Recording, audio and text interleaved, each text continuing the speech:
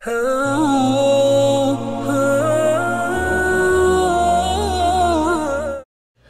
بالله من الشيطان الرجيم بسم الله الرحمن الرحيم اللهم علمنا ما ينفعنا وانفعنا بما علمتنا وزدنا علما اللهم إني أسألك علما نافعا وعملا متقبلا ورزقا حلالا طيبا وقلبا خاشعا. Oh Allah, help us to learn what is beneficial to us, help us benefit from what you have enabled us to learn and increase our knowledge. Oh Allah, ask you for the beneficial knowledge, goodly provision and acceptable deeds. Dear brothers and sisters, Assalamu alaikum wa rahmatullahi wa barakatuh.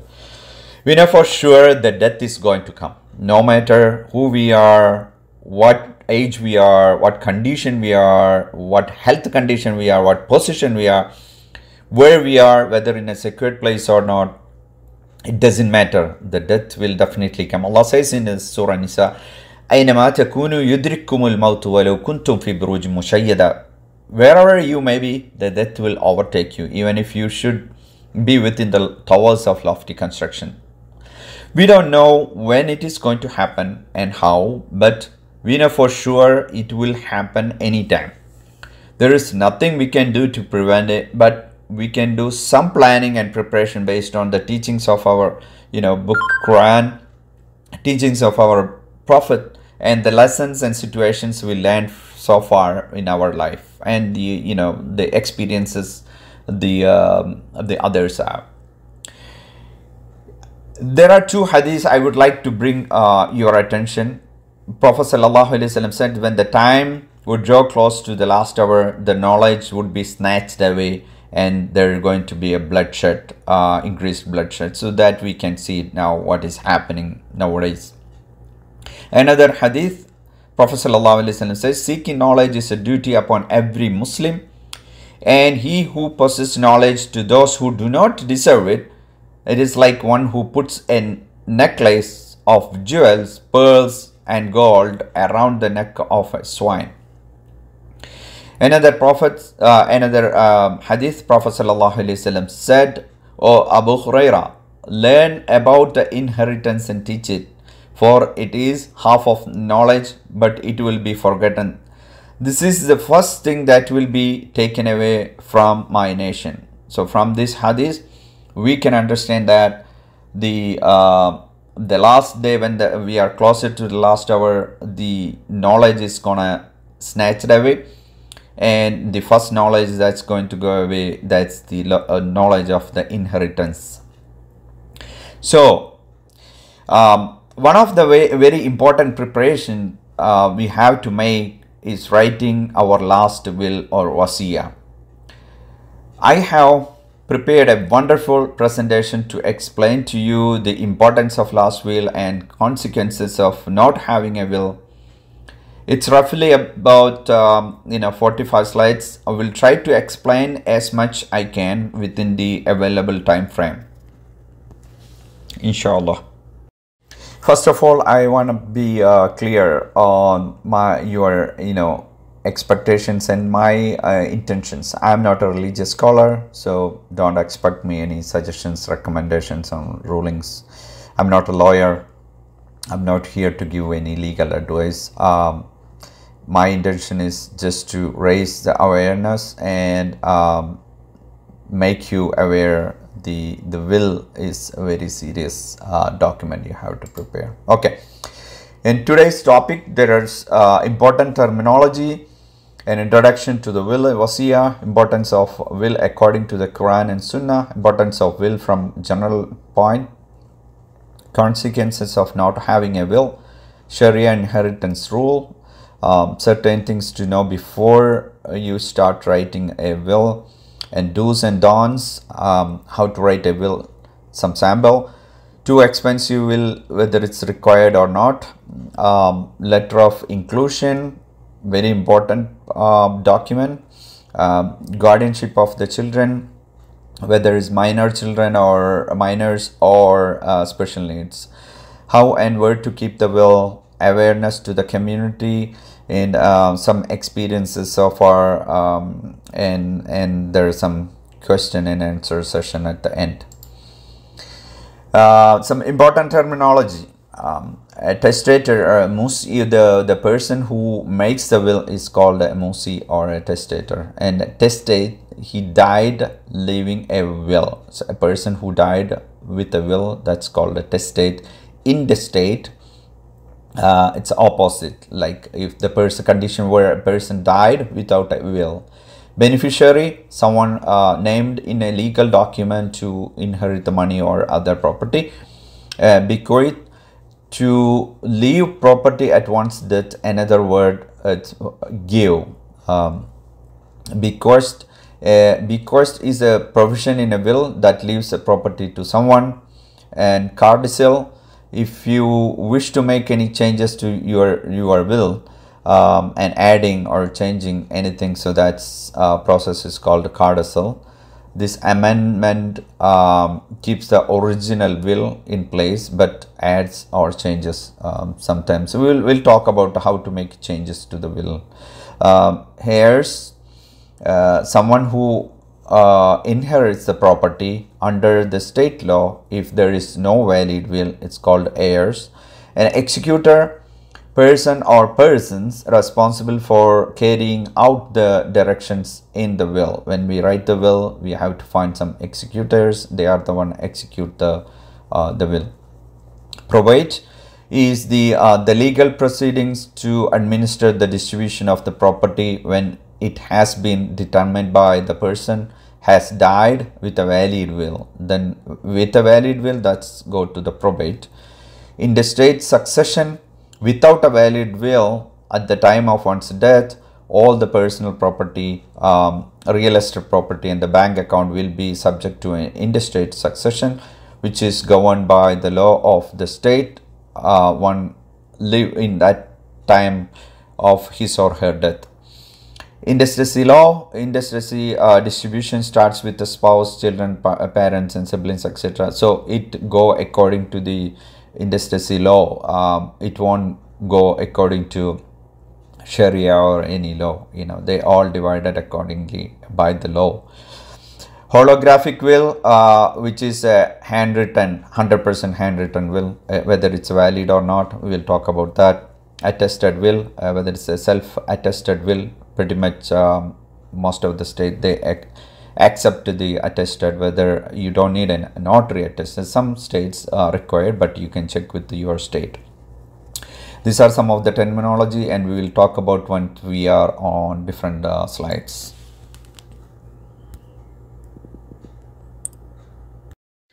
Last will or al-wasiya, the name itself, it shows that this is the most important legal document that we are going to produce or we are going to write for our loved ones, you know. This will come into operations after our death, you know, the testator's death in general, because it allows us to select, you know, the person who will receive the shares. And when we die, you know, if we don't have one in place, you know, cannot specify who are the recipients, what percentage and all those things. And also the burial process, you know, where we have to be buried and all those things we can specify through the will. Okay, so why it's important? There are two ways we can take. So the first and foremost, this is, you know, it's from our Creator. So he says, Allah says in his Quran, Surah Al-Baqarah, كُتِبَ عَلَيْكُمْ إِذَا حَضَرَ أَحَدَكُمُ الْمَوْتُ إِن تَرَكَ خَيْرًا الْوَصِيَّةُ لِلْوَالِدَيْنِ وَالْأَقْرَبِينَ بِالْمَعْرُوفِ حَقًّا عَلَى الْمُتَّقِينَ. So prescribed for you when the death approaches, one of you, if he leaves wealth, a bequest for the parents and near relatives according to what is acceptable. This is a duty upon the righteous. And Allah is instructing that. And according to a hadith, the narrated Abdullah ibn Umar, Allah's apostle, Prophet sallallahu alaihi wasallam said, it is not permissible for any Muslim who has something to will to stay for 2 nights without having his last will and testament written and kept ready with him. Sahih Bukhari. So from these two, we know that we will be. I will share a few more important hadiths regarding this.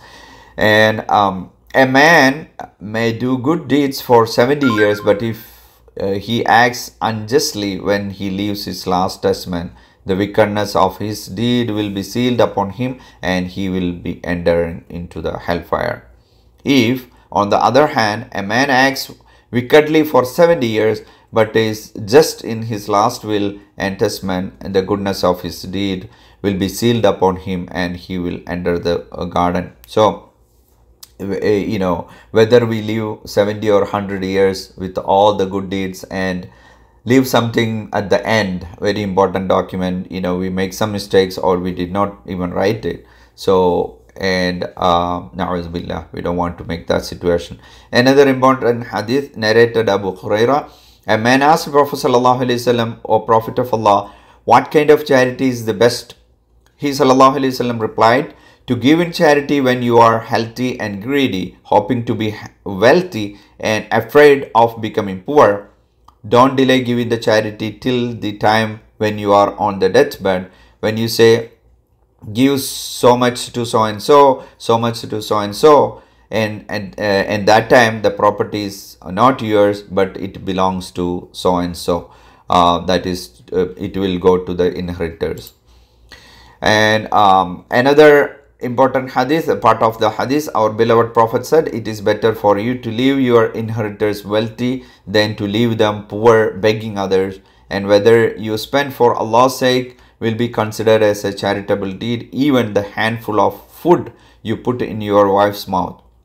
Allah may lengthen your age so that some people may benefit by you and some others may be harmed by you." I drew a picture to compare, these three stages. So in dunya, we live like maybe few years, or 50 or 60, 70, 80 or 100, few years we live in dunya. But in the after the dunya, the barzakh life and then the akhirah, that rest of the life we spend. Okay, but we spend all our money, all the planning, everything to just to live few years in dunya, but we are not planning or doing anything for the hereafter or the life in the grave. So, the whatever we do, the related to the things, the wealth and all, that's we gonna get have to suffer within the grave itself, before even we decided to go hellfire or the paradise. So we have to take it seriously, the after the dunya, how we have to be saved, how we have to be protected based on our deeds. I just draw this picture to understand. Okay, what are the importance in general other than the Sharia and other things? Okay, so after a person dies, there are three possibilities for the relation between the person and their wealth. Okay, either the person has full control over the wealth through a will, or has partial control over the wealth through a will, or has absolutely no control over it. So Islam possesses, the Sharia keeps a middle, which is partial control over the wealth through a will. That's what the Islam suggests is the middle approach. Okay, who are the heirs or shares? There are three classes we can say. Either number one class, the Quranic heirs, which are 6 heirs: husband, wife, son, daughter, father, mother. So this is the top level. Then the second class, residue heirs, the second level, which is the grandparents, siblings, nephew, nieces, inherit whatever is coming to the second class after the first. Then the third class, after the second class, which is the paternal, maternal, all this relationship comes in after.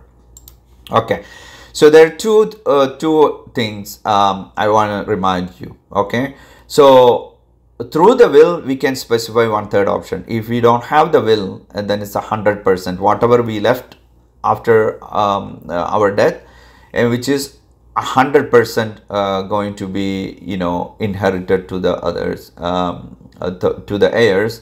And so the partition or the division or it's going to be based on the 100%. It's not 1/3. So with the will, we have an option to reserve 1/3 for us. That's the max. Okay, so we can do optional charities, relatives not entitled under the 2/3 option. They are not inheriting from you. They can get this 1/3 option. You can write to them. Non-Muslims, say you know some good friends or neighbors, so you want to specify some wealth for them, you can take this 1/3 and you can give to. You cannot take from your inherited property and anything else. So any the adopted child and all, you can specify this 1/3.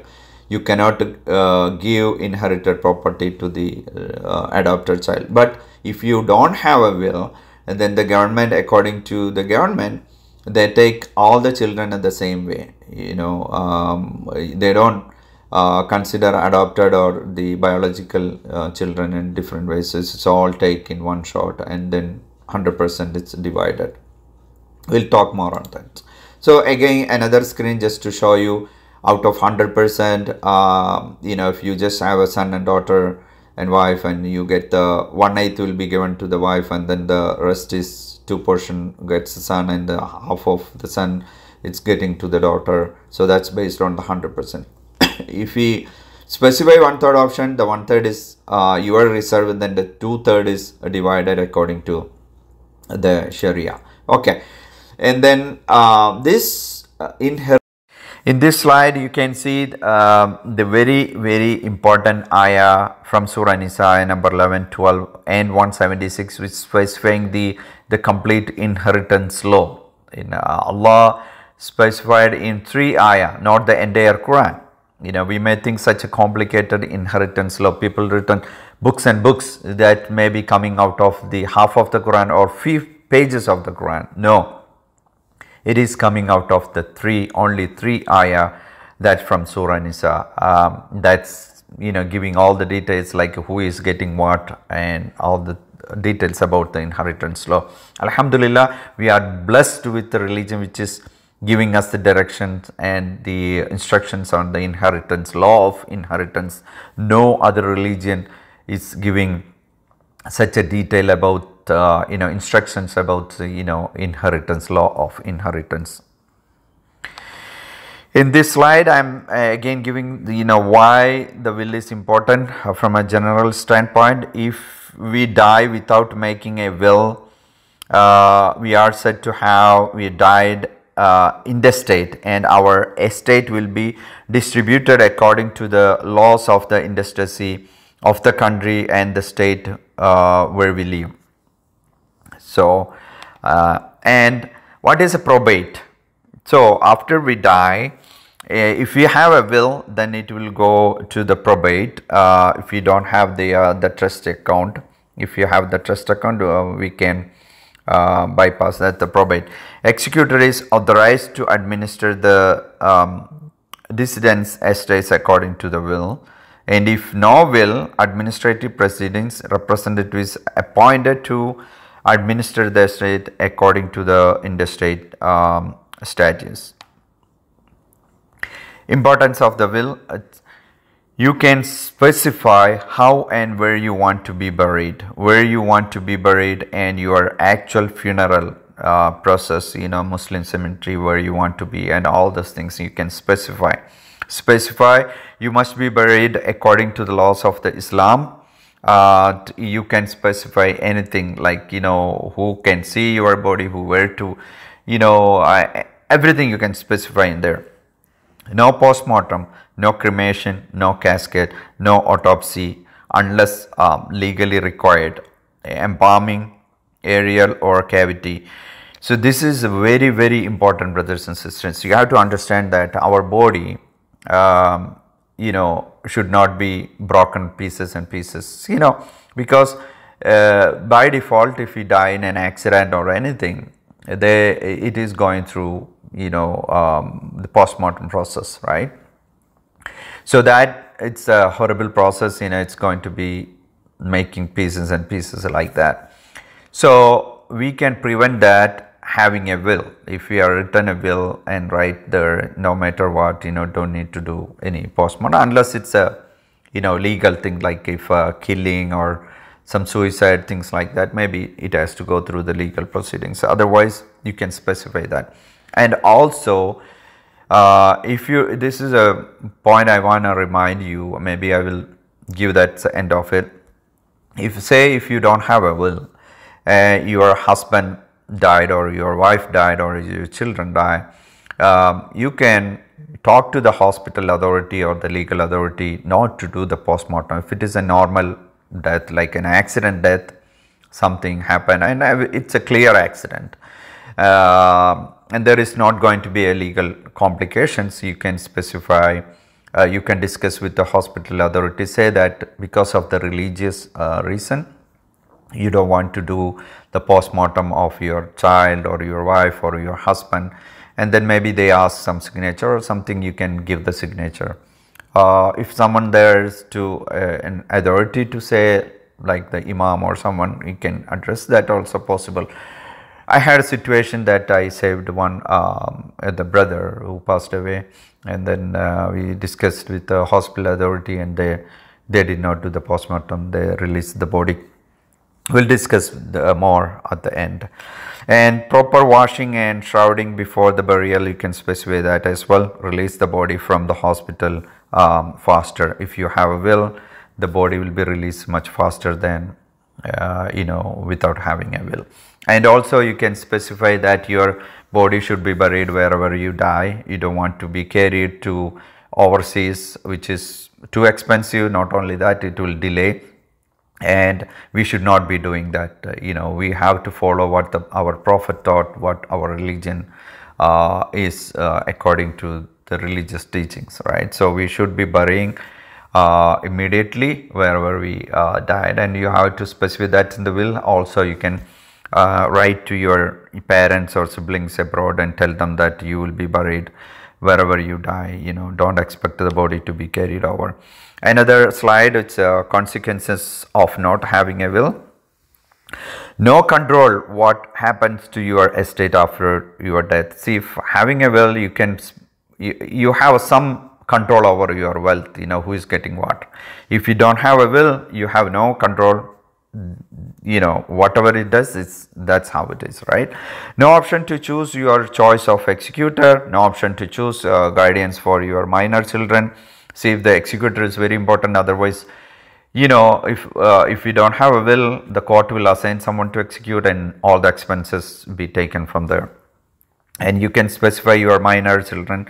We had a situation like both the parents died in an accident, and they left only a 4-year or 5-year-old girl, and unfortunately nobody was here. By default, the court will give the child to a foster care, but because of the more Indian populations, they approach the court, and so the child is given to one of their family member, and until their grandparents came here too. So to avoid these situations, you can specify who will take care of your minor children or the special needs child especially. So those things you can specify. No option to express your funeral arrangements. If you don't have will, nothing can be specified.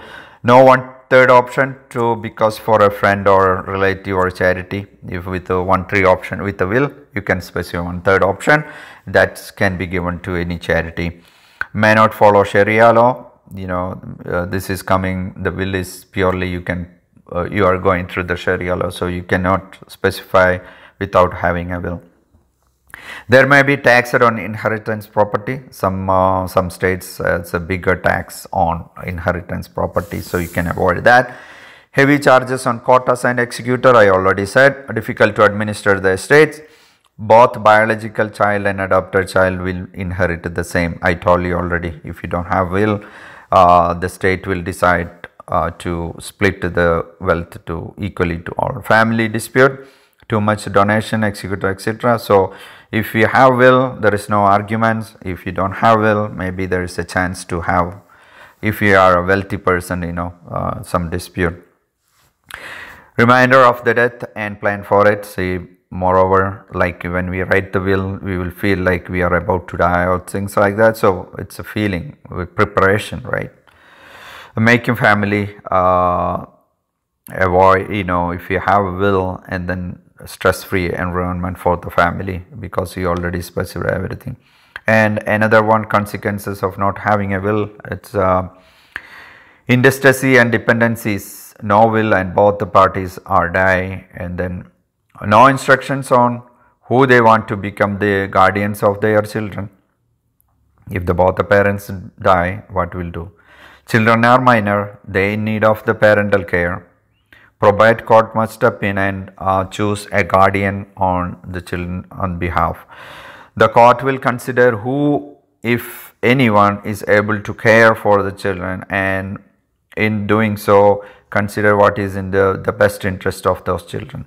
In most situations, the court choose a willing family member to relative to become a guardian and conservator. If there is no capable or willing family member to take on guardianship responsibilities, the court might place the child in the state foster care system, or otherwise determine that they should be cared for as ward of the state. So different laws exist in different cities and states. Okay, so there are 4 duties after death: the payment of funeral, payment of his or her debts, execution of his or her will, distribution of the remaining estates among the inheritors according to Sharia. So I also put some picture to illustrate, easily understand. So here the breakdown: the burial expenses, debts, and wasiya. Burial expenses, believe me, it's not a small amount. It can be like anywhere from 3,000 to 10,000, or it can go more. It consists of all the expenses: ambulance, funeral home expense, police escort, ritual bath, dress for the grave, which is coffin, graveyard, preparation of the grave, carrying the deceased to the graveyard, and burial. So there may be more, the expenses which we may not even know. Okay, so it depends on the city and maybe something else. So settlement of debts, the debts to Allah subhanahu wa ta'ala, maybe the Hajj, Zakah, Fidya, all those you can consider.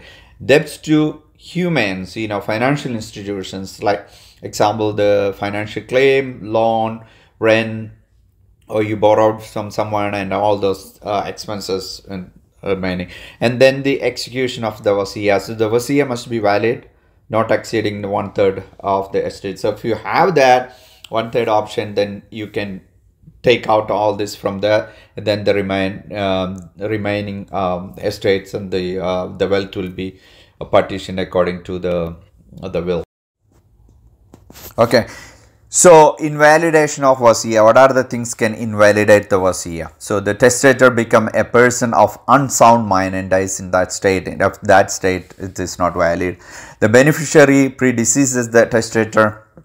He causes something to do something for the testator, then it is not valid. The subject matter is destroyed before the testator's death. So if the will or the written document is destroyed before the death, then it is invalid. The testator revokes the wasiya. So if for any reason it says it's not valid, and then it revokes, and then it is invalid. The beneficiary has intentionally caused the death of the testator. If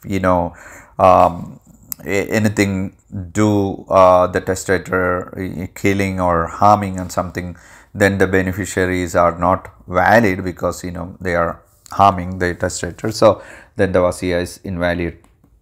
I put here the inheritance high level in Islam. So as I mentioned in the beginning, so there are 6 there are level 1, rank 1 is the top level, which is the 6 faraid. So it's a son, a daughter, father, mother, wife, husband. So it's the 6 in first. Then the second rank will come to the residue, grandparents, and all those coming in next. So just a picture to easily understand how it is going to be divided.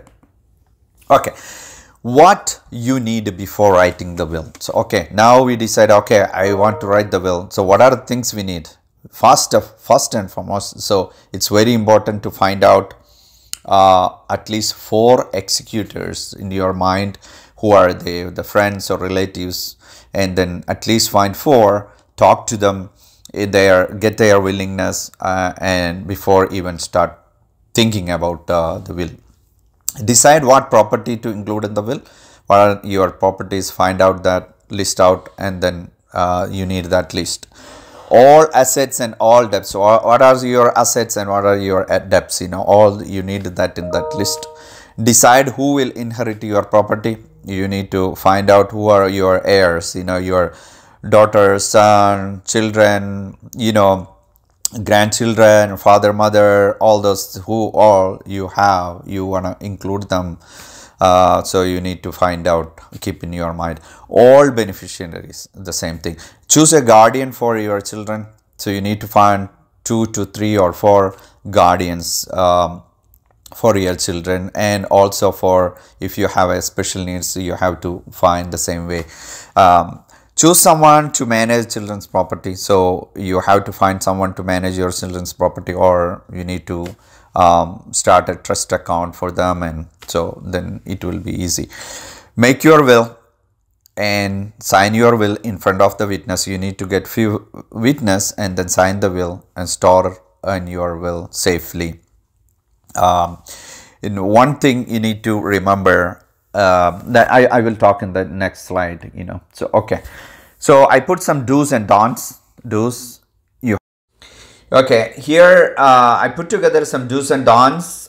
Do's are definitely you have to do. Don'ts, avoid those kind of mistakes. For example, we need 3 to 4 executors. We need to find them, but do not include the one abroad. For example, our sisters, we are here, and our sisters, brothers, or parents abroad, do not include them in the will for as an executor, because when the court is gonna call them, they have to be here. So avoid those kind of, find someone here, your friends or relatives, they can execute, they are available whenever they are called. And find 4 guardians for our children. You need 3 to 4 guardians. Again, do not include the one abroad. By default we think the same thing, like our parents or someone, our siblings abroad can be guardians of our children here, but that's a mistake, because whenever there is a need, they have to be here. For example, we had one situation here. One family had an accident. Both husband and wife died, and only they left a 4-year-old daughter.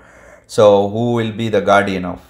In some rare cases, if you have the friends and they go to the court and they ask them, and maybe they release at least for a temporary time, and then until someone comes from abroad. In this case, the parents came from India. Until then, the court decided to give to the friends or relatives here. Normally the court give to the foster care, a normal case, but in rare case it can happen, like if we all approach to the court, but we don't know what will happen. Okay, so be the safer side, include them here, whoever is going to be your children, minor children, or the special need, their guardians. Okay, store the will in a secure, reachable place, but don't keep them in the locker and then forget it. So you have to talk to your children and your family that you have a will, it's secured here in that room, or give them a copy. Do write the will, but different versions of the will, don't keep the different versions. You have to destroy the older one, or do a codicil to update the will. Update the letter of inclusion. I will talk about the letter of inclusion. And modifying the signed will avoid that, and instead you keep an inclusion, letter of inclusion. Okay, again, do write the will, but expensive will, you don't need it. There are will online, you can see $1,000 you maintain every month and things like that. You don't need that. You can write a simple will, that's good enough. And only thing is it has to be witnessed and signed.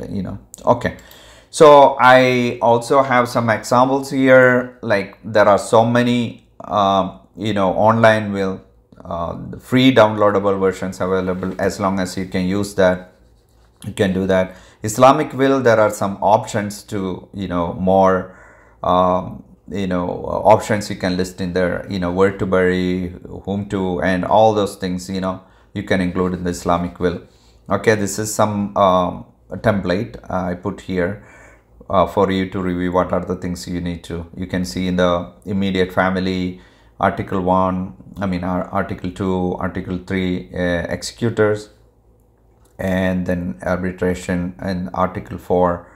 And the next page you can see custody of the minor children, who are this, and then bequest, who are your inheritors, and distribution of the remainder of the estate, whom to. And then the next one you can see proxy, healthcare proxy, who will decide on your last moments, where to unplug the lively ones. All those things you can see here.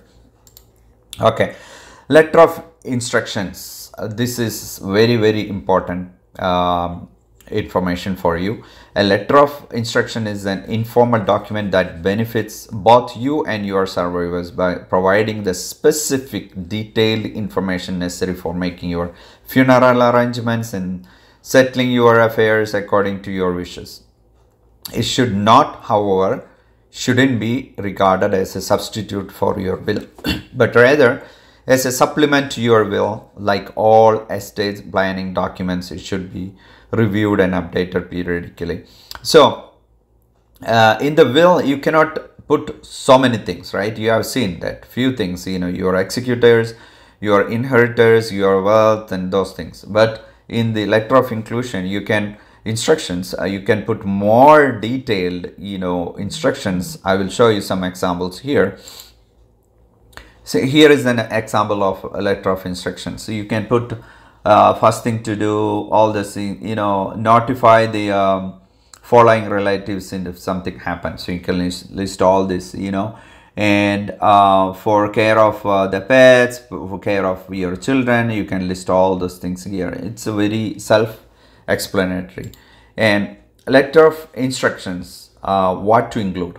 Instructions to your spouse related to burial. You can say, okay, when I die, don't send my body to here. And instructions to your parents abroad, you can say, don't force your spouse to send the body abroad, and things like that. Your last wishes, you can list all those things. Instructions to your spouse on the other things. Instructions for your children, that you can list out who to wash your body. You can put those wishes, and everything you can list in that instructions. And important warranty information, car, all vehicles. See, some of the things we may take it silly, but the moment we die, our spouse gonna forget everything, including our social security, date of birth, all the information, where we are working. So if you list everything, and then someone asks our wife those information, she can just give that information.